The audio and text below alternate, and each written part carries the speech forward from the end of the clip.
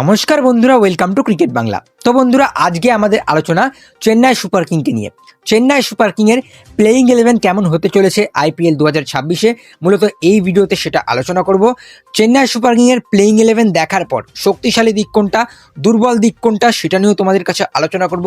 সুতরাং ভিডিওটা তোমাদের জন্য খুবই গুরুত্বপূর্ণ, তাই ভিডিওটা যদি দেখে থাকো অবশ্যই সম্পূর্ণ ভিডিওটা দেখবে এবং আমাদের চ্যানেলে যদি নতুন হয়ে থাকো অবশ্যই চ্যানেলটিকে সাবস্ক্রাইব করে দিয়ে পাশের দেওয়া বেল আইকনটিকে অন করে দেবে। তো চলো ভিডিওটা শুরু করব। চেন্নাই সুপার কিংয়ের যে ওভারঅল স্কোয়াডটা রয়েছে সেখানে অনেকেই বলেছে এইবারে সিএসকে দলটা দারুণ হয়েছে। ইভেন আমারও মনে হচ্ছে চেন্নাই সুপার কিংয়ের দলটা কিন্তু ভালো হয়েছে। 2023 সালে চেন্নাই সুপার কিং ট্রফি জিতেছিল। ইভেন 2024-এ তাদের জন্য খারাপ যায়, 2025টা তো আরও খারাপ যায় 2024-এর তুলনায়। সেক্ষেত্রে 2024-25-এর তুলনায় কিন্তু সিএসকে 2026-এ এবারে ভালো টিম বানিয়েছে। তো সেখান থেকে আমাকে প্লেয়িং 11 যদি বানাতে দেওয়া হয় আমি কিরকম প্লেয়িং 11 বানাবো? সবার আগে চেন্নাই সুপার কিং অকশনের আগে একটা ভালো কাজ করেছে, সঞ্জু স্যামসনকে তারা ট্রেড করেছে। হ্যাঁ, জাডেজাকে তারা ছেড়ে দিয়েছে, স্যাম কারানকে তারা ছেড়ে দিয়েছে, তবে সঞ্জু স্যামসনকে তারা ট্রেড করেছে এবং ট্রেড করার কারণও রয়েছে। তার কারণ মহেন্দ্র সিং ধোনি, তিনি হয়তো এটা লাস্ট আইপিএল তাই জন্যই হয়তো সঞ্জু স্যামসনকে ট্রেড করে নিয়েছে। তিনি হয়তো মহেন্দ্র সিং ধোনির ব্যাকআপ। ইভেন এরকম হতে পারে যে আইপিএলের মাঝ বরাবরই মহেন্দ্র সিং ধোনি এইবারে রিটায়ারমেন্ট নিয়ে নিতে পারে, হতেই পারে। মহেন্দ্র সিং ধোনি 2026-এ হয়তো মিড সিজনে রিটায়ারমেন্ট নিয়েই নিল, তো সেক্ষেত্রে তার ব্যাকআপ হিসেবে কার্তিক শর্মাকেও নিয়ে রেখেছে। তো সেক্ষেত্রে সিএসকের ওপেনিং করতে চলেছে এবারে আয়ুষ মাহাত্রে এবং সঞ্জু স্যামসন। অবশ্যই আয়ুষ মাহাত্রের জায়গায় উর্বিল প্যাটেলে একটা অপশান রয়েছে, বাট আমি আয়ুষ মাহাত্রকে নিয়ে যাব, তার কারণ আয়ুষ মাহাত্র কিন্তু রিয়াল ট্যালেন্ট। ইভেন 2025-এ শেষের ম্যাচগুলোতে আয়ুষ মাহাত্র যেরকম দেখিয়েছিল, যখন ঋতুরাজ গায়কোয়াড় নতুন আসে সেক্ষেত্রে কিন্তু ঋতুরাজ গায়কোয়াড়ের প্রথম দিকে একদম ভালো যায়নি, বাট শেষের দিকে এসে লাস্টে 3টে হাফ সেঞ্চুরি করে, যার জন্য কিন্তু 2021 সালে সিএসকে কিন্তু ট্রফি জিতে নেয়। তো এরকমও হয়তো এই বছরও হতে পারে, সেই দিক থেকে আয়ুষ মাহাত্রের ভূমিকা থাকবে এবং সেক্ষেত্রে আমি তাকে টপ অর্ডারে রাখছি আয়ুষ মাহাত্রে, এবং তার সাথে আমি ওপেনিং করাচ্ছি সঞ্জু স্যামসনকে। ঋতুরাজ গায়কোয়াড়কে আমি ওপেনিং করাচ্ছি না, আমি সরাসরি ঋতুরাজ গায়কোয়াড়কে 3 নম্বরে খেলাচ্ছি। এতটুকু তো টপ অর্ডারটা ঠিকঠাক রয়েছে, আয়ুষ মাহাত্রে, সঞ্জু স্যামসন, ঋতুরাজ গায়কোয়াড়। এইবারে 4 নম্বরে কে? এই জায়গাটা একটা বিগ কোয়েশ্চেন মার্ক ছিল, 4 নম্বরে কে হতে পারে। এখানে আমি আপাতত ম্যাট শটকে রাখছি, কিন্তু আরও একটা অপশান রয়েছে, কার্তিক শর্মার একটা অপশান রয়েছে, বাট আমি এখানে একটা ম্যাট শটের অপশান রেখে দিয়েছি। 4 নম্বরে আমি ম্যাট শটকে নিয়েছি, কিন্তু কার্তিক শর্মাকে যে 14 কোটি টাকা দিয়ে কিনলো সেটা তো হয়তো বিফলে যাবে না, হয়তো 14 কোটি টাকা নষ্ট করার জন্য কিনিনি, তাই হয়তো কার্তিক শর্মাকে আমরা দেখতে পারি। তবে আমি আপাতত ম্যাচ শটের সাথে যাচ্ছি, 4 নম্বরে ম্যাচ শট, 5 নম্বরে আমি ডেওয়াল ব্রেভিসকে রেখেছি, 6 নম্বরে শিবাম দুবে। এবারে এইটা একটু উঠানামা করতে পারে, 5 নম্বরে শিবাম দুবে, 6 নম্বরে ডেওয়াল ব্রেভিস, এরকম হতে পারে। তার কারণ টানা যদি তুমি দেখো, টানা 5 নম্বর অবধি কিন্তু ডানাতি ভর্তি, বাহাতি ব্যাটসম্যান নেই। তো সেক্ষেত্রে শিবাম দুবেকে আর একটু উপরের দিকে নিয়ে আসা যেতেই পারে, 5 নম্বরে ট্রাই করা যেতে পারে। তো সেক্ষেত্রে শিবাম দুবে 5, 6 নম্বরে ডেওয়াল ব্রেভিস। তো পাওয়ারফুল ব্যাটিং লাইন আপ হচ্ছে সিএসকের। ইভেন 2021 সাল 2023 সালে যে মঈন আলীর মতো অলরাউন্ডার নিয়েছিল সিএসকে, সেরকম কিন্তু একটা কাজ করতে পারে ম্যাচ শট। ইভেন আমরা জানি ম্যাচ শট অস্ট্রেলিয়ার ধ্বংস একটা টপ অর্ডার ব্যাটসম্যান, তিনি হয়তো টি-20-তে 3 নম্বর খেলেন, কখনো কখনো ওপেনিং করেন মিচেল মার্শের সাথে। তবে এইখানে হয়তো 4 নম্বরে আমি আপাতত রাখছি, বাট এখানে কার্তিক শর্মার অপশান রয়েছে, এখানে সারফরাজ খানের অপশান রয়েছে। সারফরাজ খান এই মুহূর্তে বিজয় হাজারে ট্রফিতে বেশ ভালোই খেলছে, আগের ম্যাচটাতে 75 বলে 147 করলো। তো ওভারঅল কিন্তু ফর্ম রয়েছে, ফর্ম দারুণ রয়েছে। ঋতুরাজ গায়কোয়াড়ের ফর্ম ফিরে এসছে মহারাষ্ট্রে, তিনিও আগের ম্যাচে 122 করলো। সুতরাং ফর্ম রয়েছে চেন্নাই সুপার কিংয়ের প্লেয়ারদের, তবে জায়গা ফিল আপ করার জন্য অনেকগুলো প্লেয়ারও রয়েছে। সেক্ষেত্রে 4 নম্বরে আমি আপাতত ম্যাট শটকে রাখছি। এবারে তোমাদের কি মতামত তোমরা সেটা কমেন্টে জানিয়ে দিও। 5 নম্বরে শিবাম দুবে, 6 নম্বরে ডেওয়াল ব্রেভিস, 7 নম্বরে আমি প্রশান্ত বীরকে রেখেছি। চেন্নাই সেই প্রশান্ত বীর, উত্তরপ্রদেশের সেই অলরাউন্ডার, ইভেন তিনিই থাকছে 7 নম্বরে। এবারে আমার মনে হচ্ছে মহেন্দ্র সিং ধোনিকে আমি যদি বলি এইটা যদি লাস্ট তার আইপিএল হয়, তাহলে আমি বলবো একটু উপরের দিকে আসতে, একটু ফ্যান্সদের আর একটু মনোরঞ্জন দিতে। সেক্ষেত্রে প্রশান্ত বীর হয়তো 8-এ, কিংবা মহেন্দ্র সিং ধোনি হয়তো 6-এ দেখতে পারি, হয়তো 6-এ দেখবো না, 6-এ না দেখতেও পারি, আমরা হয়তো ওই 7-8-এই দেখতে পারবো। তবে আমি বলবো একটু আগে আসার চেষ্টা করো মহেন্দ্র সিং ধোনিকে, একটু আগে আসলে ফ্যান্সরা একটু বেশি আনন্দিত হয়, বেশি উল্লাস করে, ইভেন ফ্যান্সরা কিন্তু একটু মনোরঞ্জনও পায়। তো সেক্ষেত্রে আমি মহেন্দ্র সিং ধোনিকে 7 নম্বরে রেখেছি, 8 নম্বরে প্রশান্ত বীরকে রেখেছি। তো এতখানি তো আমার পুরোপুরি ব্যাটিং রয়েছে। এইবারে 9 নম্বরে আমি নূর আহমেদকে রেখেছি এবং তাকে রাখতেই হবে ডেথ ওভার বোলিং অপশন হিসেবে। 10 নম্বরে নেথান এলিসকে রেখেছি। নেথান এলিস আমরা জানি এই মুহূর্তে অস্ট্রেলিয়ার অন্যতম pace bowler, even death over specialist Nathan Ellis, তার কাছে ব্যাক অফ দ্য হ্যান্ডস 1-1 রয়েছে, অফ কাটার লেগ কাটার রয়েছে এবং আগের যেই ইন্ডিয়া অস্ট্রেলিয়া সিরিজটা ছিল সেখানে Nathan Ellis highest wicket taker ছিল। তো সেক্ষেত্রে নেথান এলিসকে অবশ্যই আমাদের প্লেইং 11-এ রাখতেই হবে সিএসকে।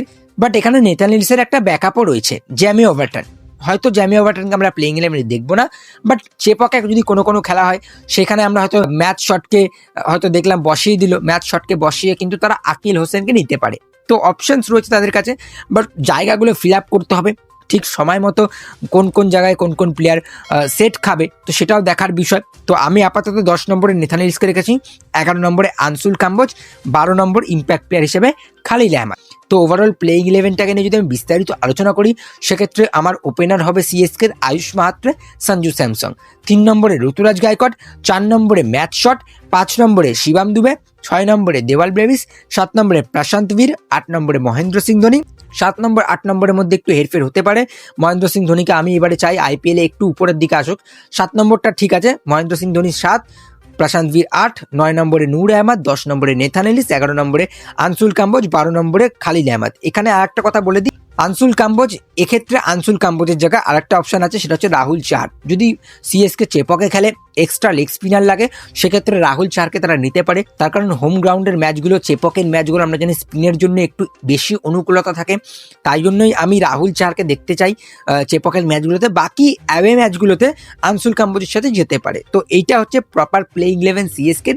এইখানে দুর্বলতা আর শক্তিশালী দিক কোনটা? সিএসকে টপ অর্ডারটা খুব শক্তিশালী লাগছে, আয়ুষ মাহাত্রে, সঞ্জু স্যামসন, ঋতুরাজ গায়কোয়াড়, আর 4 নম্বরে তোমার হচ্ছে ম্যাচ শট।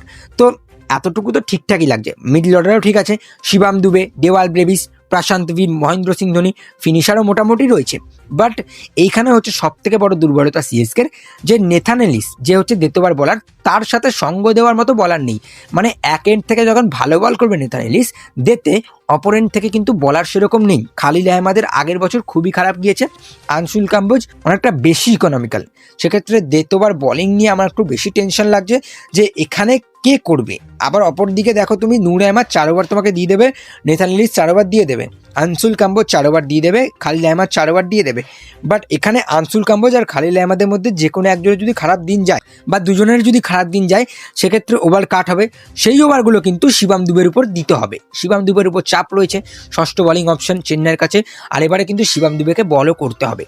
আর প্রশান্ত বীর তো রয়েছেই, প্রশান্ত বীরও হয়তো 3 থেকে 4 ওভার করে দেবে, যাকে রবীন্দ্র জাডেজার ব্যাকআপ অপশন হিসেবে নিয়ে এসছে। রবীন্দ্র জাডেজা যেহেতু চলে গিয়েছে সিএসকে থেকে, প্রশান্ত বীর চলে এসছে, তো এক্ষেত্রে সিএসকে দলটা অনেকটা চেঞ্জ হয়ে গিয়েছে। যেখানে সিএসকে আগে ড্যাডি আর্মি বলতো, সিএসকে আগে এক্সপিরিয়েন্স প্লেয়ারদের নিত, 35-36 বছরের উপরের প্লেয়ারদের নিত, এখন সেই সিএসকে কিন্তু বেশিরভাগই 20 বছর 21 বছরের প্লেয়ারদের উপরে বিশ্বাস যোগাচ্ছে, যেটা দেখে অনেকটা আমি চমকে গিয়েছি যে সিএসকে দলটা অনেকটা আলাদা হয়ে গিয়েছে।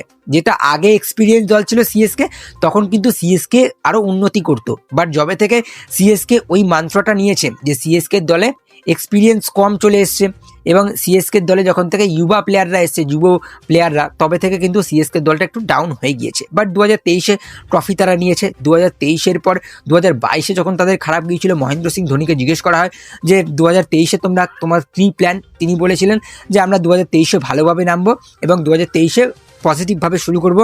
ইভেন 2023-এ ট্রফি নেয়, 2025-এও সেরকম জিজ্ঞেস করা হয় যে তোমরা এবারে 26-এ তোমাদের কি প্ল্যান, মহেন্দ্র সিং ধোনি কি খেলবে, তিনি বলে দেয় 2026-এ আমি খেলবো এবং 2026-এ আবারও পজিটিভভাবে শুরু করব। তো এক্ষেত্রে সিএসকে ট্রফি নিতেই পারে, ভালো দল রয়েছে। সিএসকের শক্তিশালী দিকটা হচ্ছে তাদের ব্যাটিং, তাদের ব্যাটিংয়ের টপ অর্ডার, তাদের মিডল অর্ডার ভালো রয়েছে, বাট তাদের দুর্বলতা কিন্তু ওই যে ডেথ ওভার বোলিং অপশন আর 6th বোলিং অপশন। তো এই দিকে একটু কাজ করলে আমি বেটার হতাম, যে এখানে যদি এখন মাথিসা পাতিরানা বা মুস্তাফিজের মধ্যে যে কোনো একজনকে নিয়ে নিত সিএসকে, তো সেক্ষেত্রে একটা ভালো খবর হতো সিএসকের জন্য। বাট আদারওয়াইজ আমি সিএসকে 10-এ 9 দিচ্ছি। এবারে তোমরা কত দিতে চাও 10-এর মধ্যে সেটা দিয়ে দিও। সিএসকে স্কোয়াডে ব্যাটসম্যানদের কিন্তু অভাব নেই, সিএসকে স্কোয়াডে কিন্তু ব্যাটসম্যানরা ভরে পড়ে রয়েছে। এখনও উর্বিল পাটেল রয়েছে, উর্বিল পাটেল আমরা জানি বিধ্বংসী ব্যাটসম্যান, টপ অর্ডার থেকে শুরু করতে পারে। ইভেন 4 নম্বরের জায়গাটাও আমরা উর্বিল পাটেলকে হয়তো দেখতে পারি এই বছরে, সেটা ম্যানেজমেন্ট ঠিক করবে। বাট উর্বিল পাটেল রয়েছে, কার্তিক শর্মা রয়েছে, কার্তিক শর্মাকে যে 14 কোটি 20 লাখ দিয়ে কিনেছে, সেইটার জন্য হয়তো কার্তিক শর্মাকে প্লেইং 11-এ ট্রাই করবে। তার কারণ দেখো 14 কোটি দিয়ে কিনেছে একটা প্লেয়ারকে, তাকে হয়তো বসিয়ে রাখার জন্য, তাকে হয়তো জল দেওয়ার জন্য ব্যবহার করবে না, তাকে প্লেইং 11-এ রাখার জন্যই ব্যবহার করবে। তো সেক্ষেত্রে কার্তিক শর্মা একটা অপশন রয়েছে। ইভেন সারফরাজ খান যেভাবে এখন ফর্মে রয়েছে, যেভাবে ব্যাটিং করছে, স্পিন তো তিনি ভালো খেলেন, তো সেখানে মিডল অর্ডারে কিন্তু ব্যাটসম্যান ভরে ভরে রয়েছে সিএসকের। বাট ওই যে যেটা বললাম, সিএসকে দেতোবার বলিংটা কিন্তু অনেকটা কাঁচা লাগছে আমার। নেথান এলিসের সাথে কিন্তু একটা সঙ্গ দেওয়া বলার নেই। অপর দিক থেকে একদিক থেকে যখন নেথান এলিস বল করবে, ভালো ভালো ওভার করে যাবে, অপর দিক থেকে কিন্তু রান দেবে আনসুল কাম্বোজ এবং খালিল আহমেদের মতো বলার। ইভেন খালিল আহমেদ, আনসুল কাম্বোজকে অনেকটা কাজও করতে হবে। তো অপশানস রয়েছে। স্পিন বলারও কিন্তু আকিল হোসেন রয়েছে, রাহুল চাহার রয়েছে। আকিল হোসেন আমরা জানি ভালো ব্যাটও করতে পারে, হয়তো আকিল হোসেনকেও আমরা প্লেইং 11-এ দেখতে পারি। রবীন্দ্র জাডেজা আগের বছর যেরকম করেছিল, 4 নম্বর 5 নম্বরে এসে ব্যাটিং করেছিল, সেরকম হয়তো আকিল হোসেনকে ইনফোজা হিসেবে দেখতে পারি। তো সেক্ষেত্রে অপশনস অনেকগুলো রয়েছে, বাট এটা আমি ম্যানেজমেন্টের উপর ছেড়ে দিচ্ছি, ম্যানেজমেন্ট কীভাবে প্লেইং 11-টা সাজায়। বাট আমি যেটা ওভারঅল প্লেইং 11-টা বলার ছিল সেটা বললাম। সিএসকের কাছে কিন্তু নতুন বলারও রয়েছে, যেখানে খালিল আহমেদ রয়েছে, যেখানে তারা ম্যাট হেনরিকেও নিয়েছে। তো সেক্ষেত্রে আরও একটা অপশান খুলে যাচ্ছে। নেথান এলিসের ব্যাকআপ হিসেবে জেমি ওভারটন রয়েছে, ম্যাট হ্যান্ডি রয়েছে। বাট ডেতে কে করবে? ডেতে কিন্তু ম্যাট হ্যান্ডি অতটাও কার্যকর না, ডেতে কিন্তু আনসুল কাম্বোজ কার্যকর অতটাও না, খালিল আহমেদ হয়তো কার্যকর না। খালিল আহমেদের আগের বছরটা খুব খারাপও গিয়েছে। আনসুল কাম্বোজ হয়তো একটু ভালো করতে পারে, তার কারণ ওয়ার্কারের উপর তিনি কাজ করছে, ওয়ার্কারও বেশ ভালোই মারছে ডোমেস্টিকে। তো সেক্ষেত্রে আর একটু কাজ করতে হবে আনসুল কাম্বোজকে, তার কারণ নেথান এলিসের সাথে কিন্তু সঙ্গ দিতে হবে আরও একটা বোলারকে। যদি দিয়ে দেয় তাহলে সিএসকে কিন্তু এবারে টপ করবে আর ট্রফি জিতবে। আর সিএসকে প্লেইং 11-এ কাকে কাকে তোমরা দেখতে চাও, তোমরা প্লেইং 11টা কমেন্টে জানিয়ে দিও। ভিডিওটা ভালো লাগলে অবশ্যই লাইক করে দিও, বেশি বেশি করে শেয়ার করে দিও। আমাদের চ্যানেলে নতুন হয়ে থাকো অবশ্যই চ্যানেলটিকে সাবস্ক্রাইব করে দিয়ে পাশের দেওয়া বেল আইকনটিকে অন করে দিও। তো চলো আজকে আর বেশি কিছু বলবো না, টাটা।